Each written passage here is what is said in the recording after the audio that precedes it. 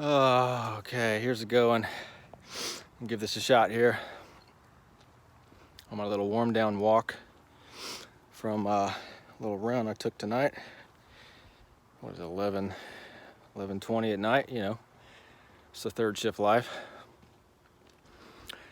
It's a beautiful night, and thought I'd share a couple thoughts. One of my friends in the guard kind of started this thing called tree stand testimonials.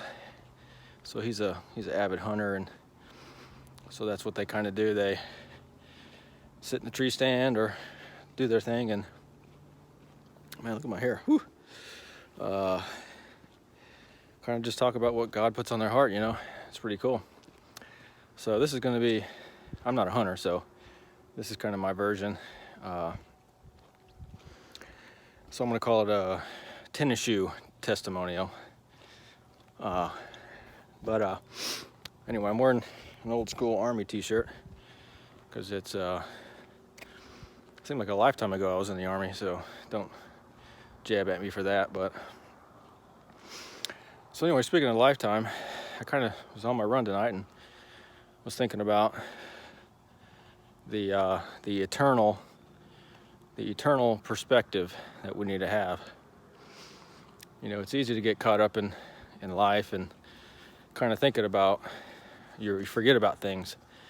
And I think I'm gonna go this way across the street here. I don't know if you can see the stars are out. You probably can't see any of that, but it's pretty nice. But so the eternal perspective. Sometimes I wake up at night and I think about, the reality of my death. And it's one thing like we all think about, or we all know that we're gonna die, right? Well, it's another thing to actually realize that it's gonna happen. And I get caught up in the particulars of, what's it gonna be like? What am I gonna actually experience? And one thing that we know for sure is that even though none of us know exactly what we're going to experience, we can rest assured that we're going to rest eternally with God. And for those of us that know who God is, that's a really good thing. It's really good, because God is full of love. And to think about that for a sec, if you take all the love that you have felt in your life, all the love that you're capable of experiencing, how much you love your kids, your parents, your spouse or other people in your life, all that love, you sum it all up, and it's just it's a drop in an ocean that is God's love. We literally can't fathom or think about it in any rational term, but we can be assured that it's nothing that we can actually wrap our heads around. And it kind of brings me to my second point. For those of us that have not accepted that free gift of grace, what that's going to be like when we pass. And a lot of people talk about fire and brimstone and hell and stuff like that. And how I imagine hell is actually a lot scarier than any other incantation that I've ever heard.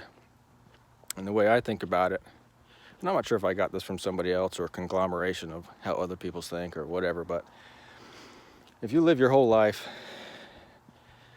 ignoring the love of God, and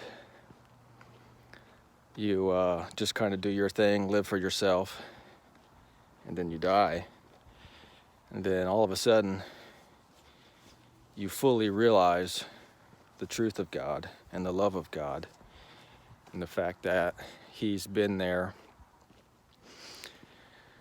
since creation, and that he's been there with you every step of the way, but you chose to ignore it and to deny it, and realizing that the Heavenly Father is love and he was there, and that you decided to turn it down. And in the moment of your passing, that Father says he doesn't know you, and he turns away. And I don't know, that's just to think about, in one moment realizing all that God was, and realize all that you did to push him away, and then in the moment when it's most relevant, he doesn't know you, and you're left to deal with the void or whatever completely by yourself, separate from God. And I don't know, that's pretty terrible. So those are just some of my thoughts of as I was on this run that I wanted to share with y'all. And we need to keep that eternal perspective in everything we do, who we are, why we're here. And it's a journey. We make mistakes, and we get led away, and then we come back, and then we get led away again. But that's okay, because Christ died for us, and he did it out of love, and it's pretty crazy and amazing. So hope that little piece of something blesses you in some way. If not, oh well. But I hope y'all have a great evening. And as my buddy used to say all the time, peace, love, and Christ. Later.